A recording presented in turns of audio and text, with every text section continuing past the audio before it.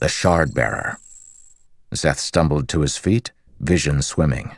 Blood streamed from the side of his face, and stormlight rose from his skin, blinding his left eye.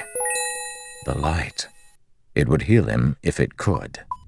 His jaw felt unhinged. Broken? He dropped his shard blade.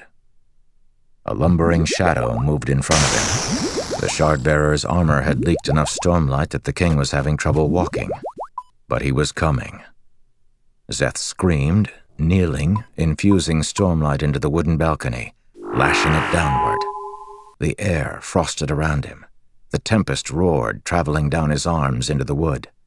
He lashed it downward, then did it again.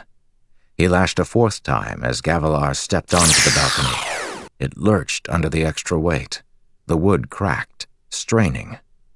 The Shard-Bearer hesitated. Szeth lashed the balcony downward a fifth time. The balcony supports shattered, and the entire structure broke free from the building. Szeth screamed through a broken jaw and used his final bit of stormlight to lash himself to the side of the building. He fell to the side, passing the shocked Shard-Bearer, then hit the wall and rolled. The balcony dropped away, the king looking up with shock as he lost his footing. The fall was brief. In the moonlight, Szeth watched solemnly, vision still fuzzy, blinded in one eye, as the structure crashed to the stone ground below. The wall of the palace trembled, and the crash of broken wood echoed from the nearby buildings. Still standing on the side of the wall, Szeth groaned, climbing to his feet. He felt weak. He'd used up his stormlight too quickly, straining his body.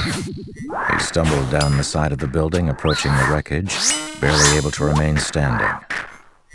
The king was still moving. Shard plate would protect a man from such a fall, but a large length of bloodied wood stuck up through Gavilar's side, piercing him where Szeth had broken the plate earlier. Szeth knelt down, inspecting the man's pain-racked face. Strong features, square chin, black beard flecked with white, striking pale green eyes. Gavilar Kholin. I expected you to come, the king said between gasps. Szeth reached underneath the front of the man's breastplate, tapping the straps there. They unfastened, and he pulled the front of the breastplate free, exposing the gemstones on its interior. 2 had been cracked and burned out. 3 still glowed. Numb, Szeth breathed in sharply, absorbing the light. The storm began to rage again. More light rose from the side of his face, repairing his damaged skin and bones. The pain was still great. Stormlight healing was far from instantaneous. It would be hours before he recovered. The king coughed. You can tell. Thydakar. That is too late. I don't know who that is, Szeth said, standing, his words slurring from his broken jaw. He held his hand to the side, resummoning his shard blade. The king frowned. Then who? Restaris? Sadeas? I never thought. My masters are the Parshendi, Szeth said. 10 heartbeats passed, and his blade dropped into his hand, wet with condensation. The Parshendi? That makes no sense. Gavilar coughed, hand quivering, reaching toward his chest and fumbling at a pocket. He pulled out a small, crystalline sphere tied to a chain. You must take this. They must not get it. He seemed dazed. Tell my brother. He must find the most important words a man can say. Gavilar stood. Szeth hesitated, then knelt down and took the sphere. It was odd, unlike any he'd seen before. Though it was completely dark, it seemed to glow somehow, with a light that was black. The Parshendi, Gavilar had said. That makes no sense. Nothing makes sense anymore, Szeth whispered. tucking the strange sphere away. It's all unraveling. I am sorry, King of the Alethi. I doubt that you can. Not anymore, at least. He stood up. At least you won't have to watch the world ending with the rest of us. Beside the king's body, his shard blade materialized from mist, clattering to the stones now that its master was dead. It was worth a fortune. Kingdoms had fallen as men vied to possess a single shard blade. Shouts of alarm came from inside the palace. Szeth needed to go. But tell my brother. To Szeth's people, a dying request was sacred. He took the king's hand, dipping it in the man's own blood, then used it to scrawl on the wood, "Brother, you must find the most important words a man can say." With that, Szeth escaped into the night. He left the king's shard blade. He had no use for it. The blade Szeth already carried was curse enough.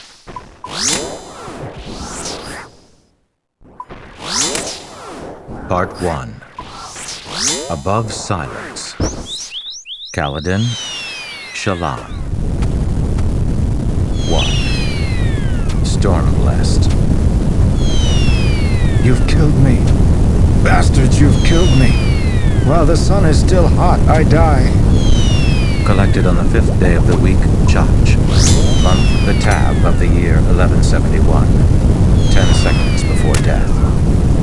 Subject was a dark-eyed soldier, 31 years of age. Sample is considered questionable.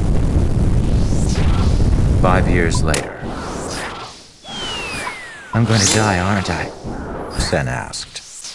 The weathered veteran beside Sen turned and inspected him. The veteran wore a full beard cut short. At the sides, the black hairs were starting to give way to gray. "I'm going to die," Sen thought, clutching his spear, the shaft slick with sweat. "I'm going to die. Oh, Stormfather, I'm going to die." "How old are you, son?" the veteran asked. Sen didn't remember the man's name. It was hard to recall anything while watching that other army form lines across the rocky battlefield. That lining up seemed so civil, neat, organized. Short spears in the front ranks, long spears and javelins next, archers at the sides. The dark-eyed spearmen wore equipment like Sen's, leather jerkin and knee-length skirt with a simple steel cap and a matching breastplate. Many of the light eyes had full suits of armor. They sat astride horses, their honor guards clustering around them with breastplates that gleamed burgundy and deep forest green. Were there shard-bearers among them? Bright Lord Amaram wasn't a shard-bearer. Were any of his men? What if Sen had to fight one? Ordinary men didn't kill shard-bearers. It happened so infrequently that each occurrence was now legendary. "It's really happening," he thought with mounting terror. This wasn't a drill in the camp. This wasn't training out in the fields, swinging sticks. This was real. Facing that fact, his heart pounding like a frightened animal in his chest, his legs unsteady, Sen suddenly realized that he was a coward. He shouldn't have left the herds. He should never have... "Son," the veteran said, voice firm. "How old are you?" 15, sir. "And what's your name?" Sen, sir. The mountainous, bearded man nodded. "I'm Dalit." "Dalit," Sen repeated, still staring out at the other army. There were so many of them. Thousands. "I'm going to die, aren't I?" "No." Dalit had a gruff voice, but somehow that was comforting. "You're going to be just fine. Keep your head on straight. Stay with the squad." "But I've barely had 3 months' training." He swore he could hear faint clangs from the enemy's armor or shields. "I can barely hold this spear. Stormfather, I'm dead. I can't..." "Son," Dalit interrupted, soft but firm. He raised a hand and placed it on Sen's shoulder. The rim of Dalet's large round shield reflected the light from where it hung on his back. You are going to be fine. How can you know? It came out as a plea. Because, lad, you're in Kaladin Stormbless's squad. The other soldiers nearby nodded in agreement. Behind them, waves and waves of soldiers were lining up, thousands of them. Sen was right at the front, with Kaladin's squad of about 30 other men. Why had Sen been moved to a new squad at the last moment? It had something to do with camp politics. Why was this squad at the very front, where casualties were bound to be the greatest? Small fear spren, like globs of purplish goo, began to climb up out of the ground and gather around his feet. In a moment of sheer panic, he nearly dropped his spear and scrambled away. Dalet's hand tightened on his shoulder. Looking up into Dalet's confident black eyes, Sen hesitated. Did you piss before we formed ranks? Dalet asked. I didn't have time to. Go now. Here? If you don't, you'll end up with it running down your leg in battle, distracting you and maybe killing you. Do it. Embarrassed, Sen handed Dalet his spear and relieved himself onto the stones. When he finished, he shot glances at those next to him. None of Kaladin's soldiers smirked. They stood steady, spears to their sides, shields on their backs.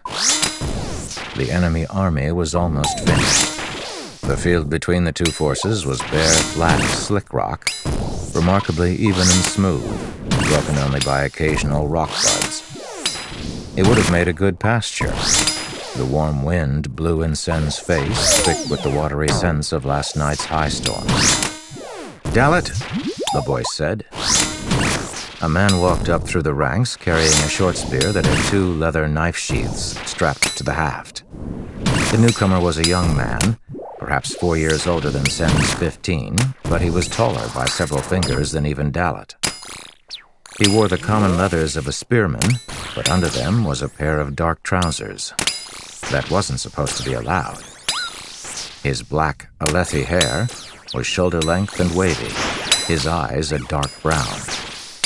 He also had knots of white cord on the shoulders of his jerkin, marking him as a squad leader. The 30 men around Sen snapped to attention, raising their spears in salute. This is Kaladin Stormblessed? Sen thought incredulously. This youth? Dalet, we're soon going to have a new recruit, Kaladin said. He had a strong voice. I need you to... He trailed off as he noticed Sen. He found his way here just a few minutes ago, sir, Dalet said with a smile. I've been getting him ready. Well done, Kaladin said. I paid good money to get that boy away from Gare. That man's so incompetent he might as well be fighting for the other side. What? Sen thought. Why would anyone pay to get me? What do you think about the field? Kaladin asked. Several of the other spearmen nearby raised hands to shade from the sun, scanning the rocks. That dip next to the 2 boulders on the far right? Dalet asked. Kaladin shook his head. Footing's too rough. Aye, perhaps it is. What about the short hill over there? Far enough to avoid the first fall, close enough to not get too far ahead. Kaladin nodded, though Sen couldn't see what they were looking at. Looks good. The rest of you louts hear that? Dalet shouted. The men raised their spears high. Keep an eye on the new boy, Dalet, Kaladin said. He won't know the signs. Of course, Dalet said, smiling. Smiling? How could the man smile? The enemy army was blowing horns. Did that mean they were ready?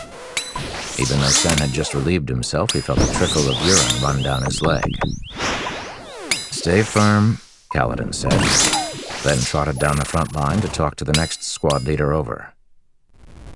Behind Sen and the others, the dozens of ranks were still growing. The archers on the sides prepared to fire. Don't worry, son, Dalet said. We'll be fine. Squad leader Kaladin is lucky. The soldier on the other side of Sen nodded. He was a lanky, red-haired Vaden with darker tan skin than the Alethi. Why was he fighting in an Alethi army? That's right. Kaladin. He's storm-blessed. Right sure he is. We only lost, what, one man last battle? But someone did die, Sen said. Dalit shrugged. People always die. Our squad loses the fewest. You'll see. Kaladin finished conferring with the other squad leader, then jogged back to his team. Though he carried a short spear, meant to be wielded one-handed with a shield in the other hand, his was a hand longer than those held by the other men. At the ready, men, Dalit called. Unlike the other squad leaders, Kaladin didn't fall into rank, but stood out in front of his squad. The men around Sen shuffled, excited. The sounds were repeated through the vast army, the stillness giving way before eagerness. Hundreds of feet shuffling, shields slapping, clasps clanking. Kaladin remained motionless, staring down the other army. "Steady, man," he said without turning. Behind, a light-eyed officer passed on horseback. "Be ready to fight. I want their blood, men. Fight and kill." "Steady," Kaladin said again after the man passed. "Be ready to run," Dalit said to Sen. "Run? We've been trained to march in formation, to stay in our line." "Sure," Dalit said. "But most of the men don't have much more training than you. Those who can fight well end up getting sent to the Shattered Plains to battle the Parshendi. Kaladin's trying to get us into shape to go there, to fight for the king." Dalit nodded down the line. "Most of these here will break and charge. The Light Eyes aren't good enough commanders to keep them in formation. So stay with us and run." "Should I have my shield out?" Around Kaladin's team, the other ranks were unhooking their shields, but Kaladin's squad left their shields on their backs. Before Dalit could answer, a horn blew from behind. "Go," Dalit said. Sen didn't have much choice. The entire army started moving in a clamor of marching boots. As Dalit had predicted, the steady march didn't last long. Some men began yelling, the roar taken up by others. Light Eyes called for them to go, run, fight. The line disintegrated. As soon as that happened, Kaladin's squad broke into a dash, running out into the front at full speed. Sen scrambled to keep up, panicked and terrified. The ground wasn't as smooth as it had seemed, and he nearly tripped on a hidden rock bud, vines withdrawn into its shell. He righted himself and kept going, holding his spear in one hand, his shield clapping against his back. The distant army was in motion as well, their soldiers charging down the field. There was no semblance of a battle formation or a careful line. This wasn't anything like the training had claimed it would be. Sen didn't even know who the enemy was. A landlord was encroaching on Bright Lord Amaram's territory, the land owned ultimately by High Prince Sadius. It was a border skirmish, and Sen thought it was with another Alethi princedom. Why were they fighting each other? Perhaps the king hadn't put a stop to it. But he was on the Shattered Plains, seeking vengeance for the murder of King Gavilar 5 years before. The enemy had a lot of archers. Sen's panic climbed to his feet as the first wave of arrows flew into the air.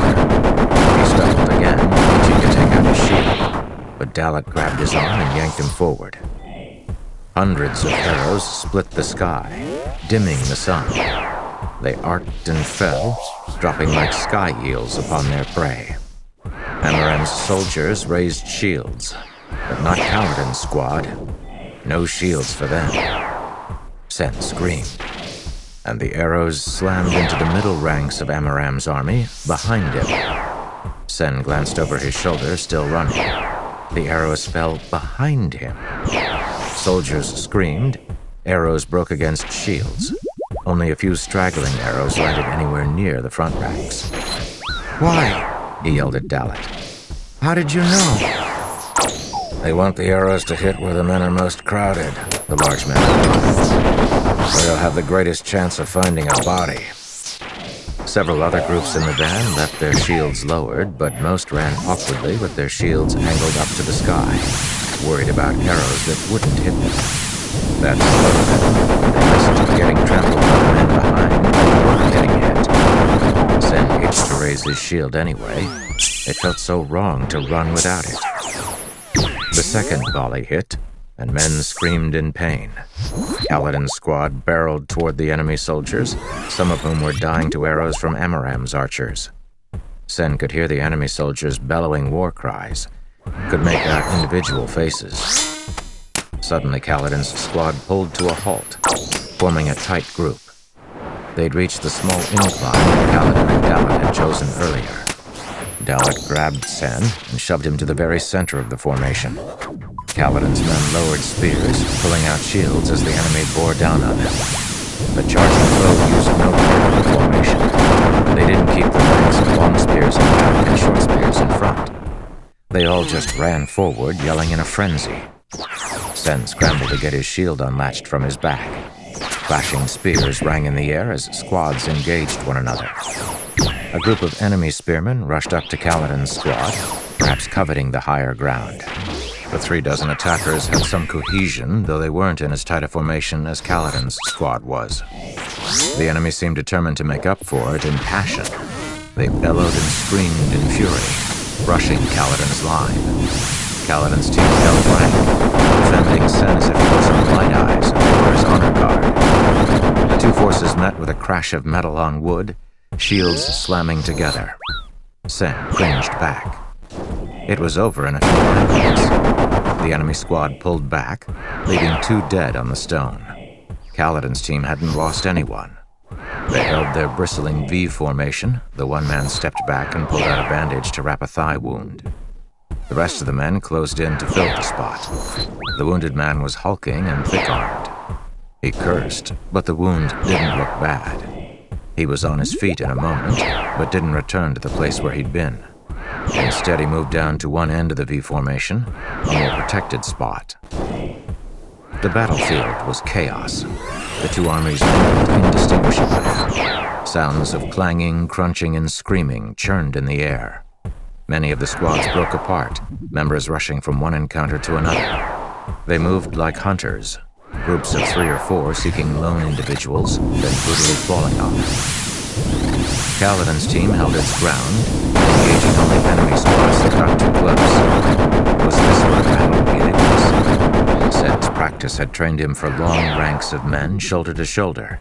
Not this frenzied intermixing, this brutal pandemonium. Why didn't more hold formation? The real soldiers are all gone, Sen thought. Off fighting in a real battle at the Shattered Plains. No wonder Kaladin wants to get his squad there. Spears flashed on all sides. It was difficult to tell friend from foe, despite the emblems on breastplates and colored paint on shields. The battlefield broke down into hundreds of small groups, like 1,000 different wars happening at the same time. After the first few exchanges, Dalit took Sen by the shoulder and placed him in the rank at the very bottom of the V pattern. Sen, however, was worthless. When Kaladin's team engaged enemy squads, all of his training fled him. It took everything he had just to remain there, holding his spear outward and trying to look threatening. For the better part of an hour, Kaladin's squad held their small hill, working as a team, shoulder to shoulder. Kaladin often left his position at the front, rushing this way and that, banging his spear on his shield in a strange rhythm. Those are signals, Sen realized as Kaladin's squad moved from the V shape into a ring. With the screams of the dying and the thousands of men calling to others, it was nearly impossible to hear a single person's voice. But the sharp clang of the spear against the metal plate on Kaladin's shield was clear. Each time they changed formations, Dalit grabbed Sen by the shoulder and steered him. Kaladin's team didn't chase down stragglers. They remained on the defensive. And, while several of the men in Kaladin's team took wounds, none of them fell. Their squad was too intimidating for the smaller groups. Larger enemy units retreated after a few exchanges, seeking easier foes. Eventually, something changed. Kaladin turned, watching the tides of the battle with discerning brown eyes. He raised his spear and smacked his shield in a quick rhythm he hadn't used before. Dalit grabbed Sen by the arm and pulled him away from the small hill. Why abandon it now? Just then, the larger body of Amaram's force broke, the men scattering. Sen hadn't realized how poorly the battle in this quarter had been going for his side. As Kaladin's team retreated, they passed many wounded and dying, and Sen grew nauseated. Soldiers were sliced open, their insides spilling out. He didn't have time for horror. The retreat quickly turned into a rout. Dalit cursed and Kaladin beat his shield again. The squad changed direction, heading eastward. There, Sen saw, a larger group of Amaram's soldiers was holding. But the enemy had seen the ranks break, and that made them bold. They rushed forward in clusters, like wild axe hunting stray hogs. Kaladin's team was halfway across the field of dead and dying.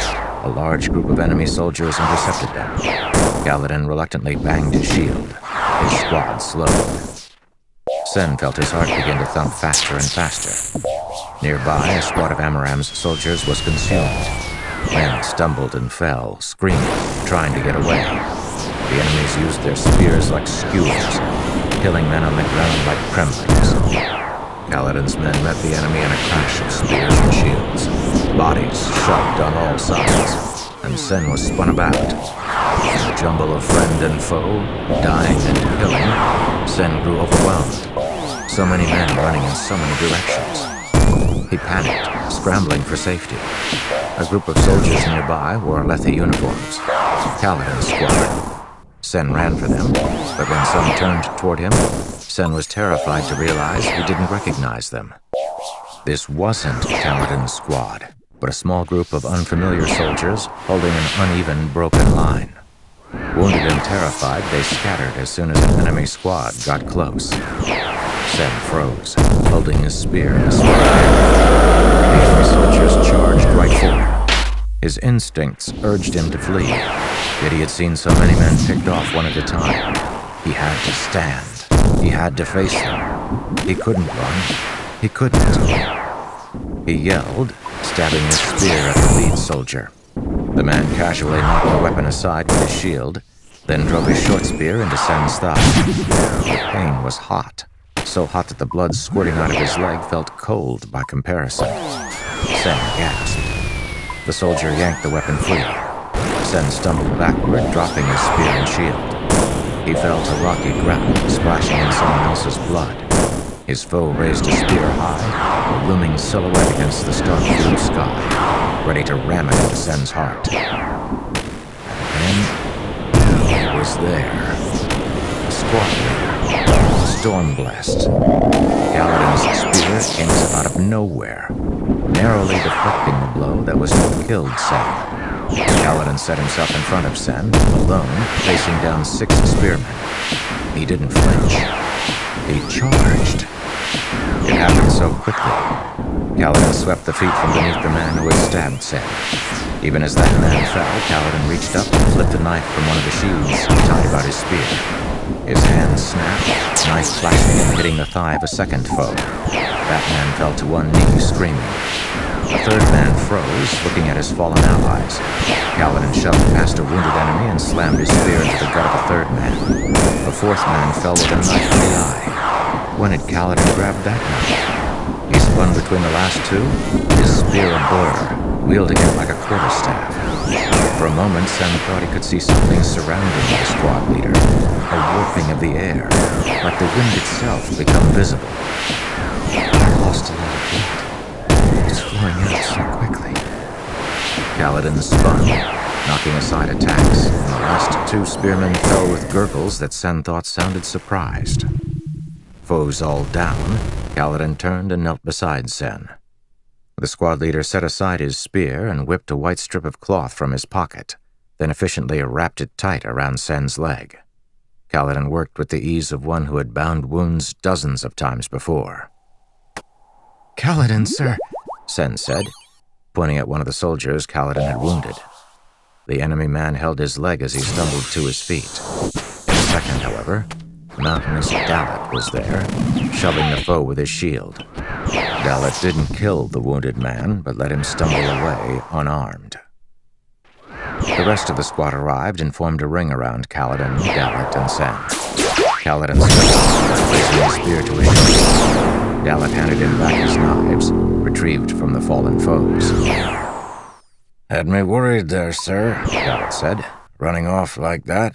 I knew you'd follow, Kaladin said. Raise the red banner. Sin, Corridor, you're going back with the boy. Dalit, hold here. Amaram's line is bulging in this direction. We should be safe soon. You, sir? Kaladin looked across the field. A pocket had opened in the enemy forces, and a man rode there on a white horse, swinging about him with a wicked mace. He wore full plate, polished and silver. A shattered mirror, Sen said. Dalit snorted. No, thank the sun, Father. Just a light-eyed officer. Shard-bearers are far too valuable to waste on a minor dispute. Kaladin watched the red eyes with a seething hatred. It was the same hatred Sen's father had shown when he'd spoken of Chul rustlers, or the hatred Sen's mother would display when someone mentioned Kusiri, who had run off with the cobbler's son. Sir?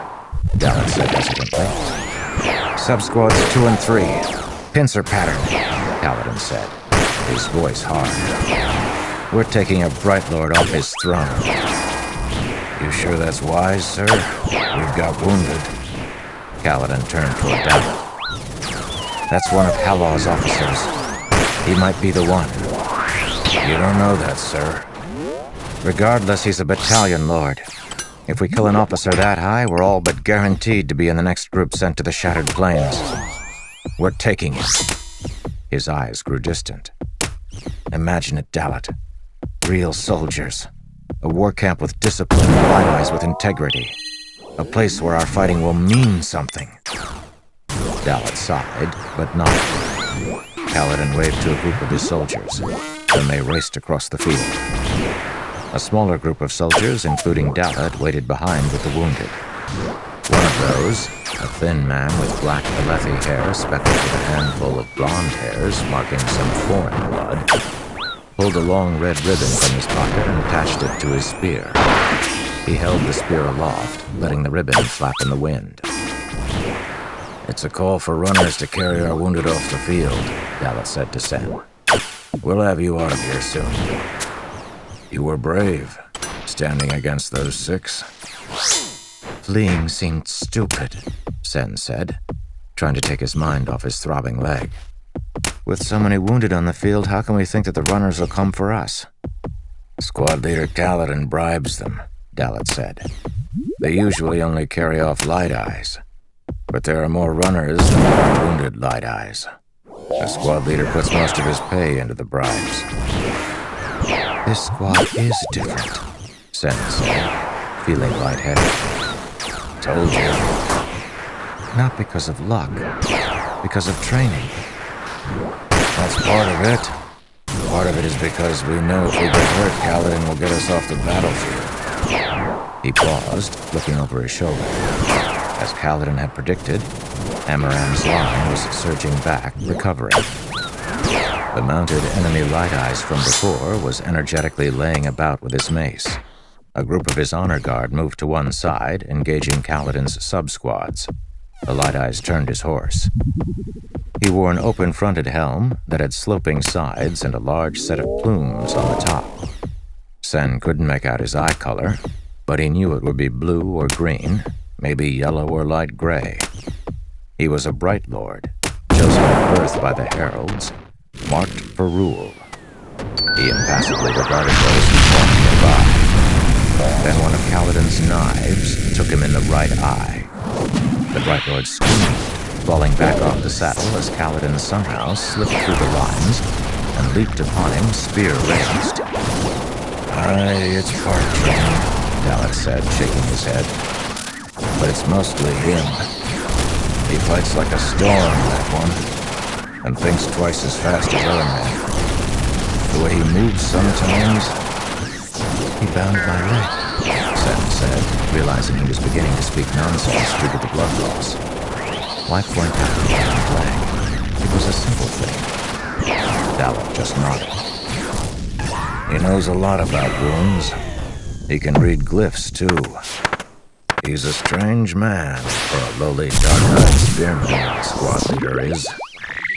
He turned to Sam. But you should save your strength, son. The squad leader won't be pleased if we lose you. Not after what he paid to get you. Why? Sam asked. The battlefield was growing quieter, as if many of the dying men had already yelled themselves hoarse.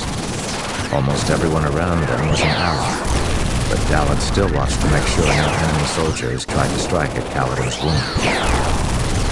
Why, Dalit? Sam repeated, urgent. Why bring me into his squad? Why me? Dalit shook his head. It's just how he is. Hates the thought of young kids like you, barely trained, going to battle.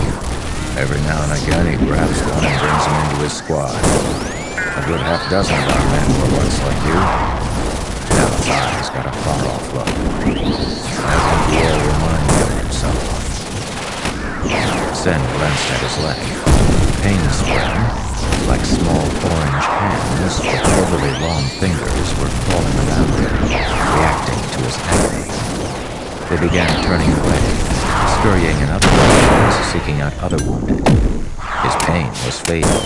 His leg, his whole body feeling numb. He leaned back, staring up at the sky. He could hear faint thunder. That was odd. The sky was cloudless. Dalit cursed. Sam turned, shocked out of a stupor. Galloping directly toward them was a massive black horse bearing a rider in gleaming armor that seemed to radiate light. That armor was seamless, no chain underneath, just small plates, incredibly intricate. The figure wore an unornamented full helm, and the plate was gilded. He carried a massive sword in one hand, fully as long as a man was tall. It wasn't a simple straight sword, it was curved, and the side that wasn't sharp was ridged, like flowing waves. Etchings covered its length. It was beautiful, like a work of art. Sen had never seen the sharp thing, but he knew immediately what this was. How could he ever have mistaken simple armored light eyes for one of these majestic creatures? Hadn't Dalit known there would be no sharp edges on his battlefield? Dalit scrambled to his feet and subsquad before him. Sen just sat where he was. He couldn't have stood. He felt so lightheaded. Lost. He could barely think. Either way, he couldn't fight. The sun, the gorgeous, intricate scene. It was like young Leo's had taken form to walk the battlefield. Why would you want to fight the enemy? Sam closed his eyes.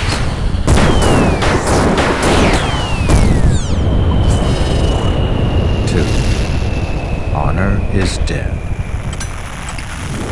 10 orders. We were loved once. Why have you forsaken us? Almighty, shard of my soul, where have you gone? Collected on the second day of Shashash, 1171, 5 seconds before death.